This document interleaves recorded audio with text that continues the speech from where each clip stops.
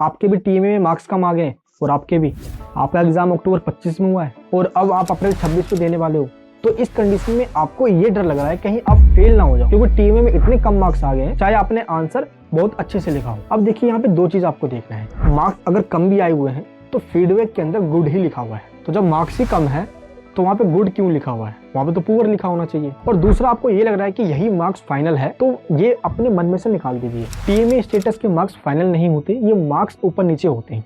ऐसा क्यों मैं कह रहा हूँ, ये आप कमेंट चेक कीजिए। इन्होंने ये कहा कि मेरे 20 ऑफ 20 मार्क्स आए थे, लेकिन जब रिजल्ट आया तो मेरे टीएमए के मार्क्स कम हो गए। अब जरा आप ये देखिए, इनके टीएमए स्टेटस के अंदर मार्क्स कम थे, लेकिन जब रिजल्ट आया तो इनके रिजल्ट के अंदर टीएमए के मार्क्स बढ़कर आए। तो इस एग्जाम्पल से क्या समझ में आया कि टीएमए के मार्क्स फाइनल रिजल्ट के अंदर ऊपर नीचे होकर आते हैं। और ऐसा होता क्यों है, आपने ये वाली नोटिफिकेशन नहीं देखी।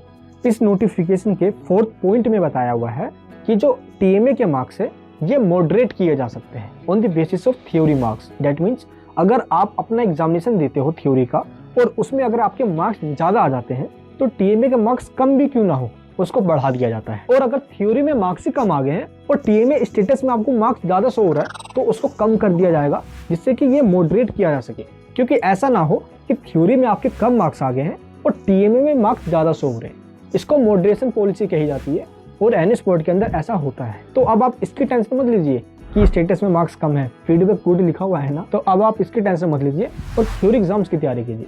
मुझे पता है अभी तक एग्जाम्स की तैयारी भी शुरू नहीं की होगी, तो भाई किसका वेट कर रहे हो कि कोई घोड़े पे चल के एक राजा आएगा और छड़ी मारेगा और सारा याद हो जाएगा? ऐसा नहीं होने वाला मेरे दोस्त। इस नंबर पे कॉल कीजिए और अभी के अभी कोर्सेज में ज्वाइन कर लीजिए। और ज्वाइन करने के लिए इसलिए कह रहा हूँ ताकि आपको हम पढ़ाए वही क्वेश्चन जो एग्जाम में आए। बाकी आपको टीएमए मार्क्स कैसे मिले, जो कमेंट बॉक्स में बताना।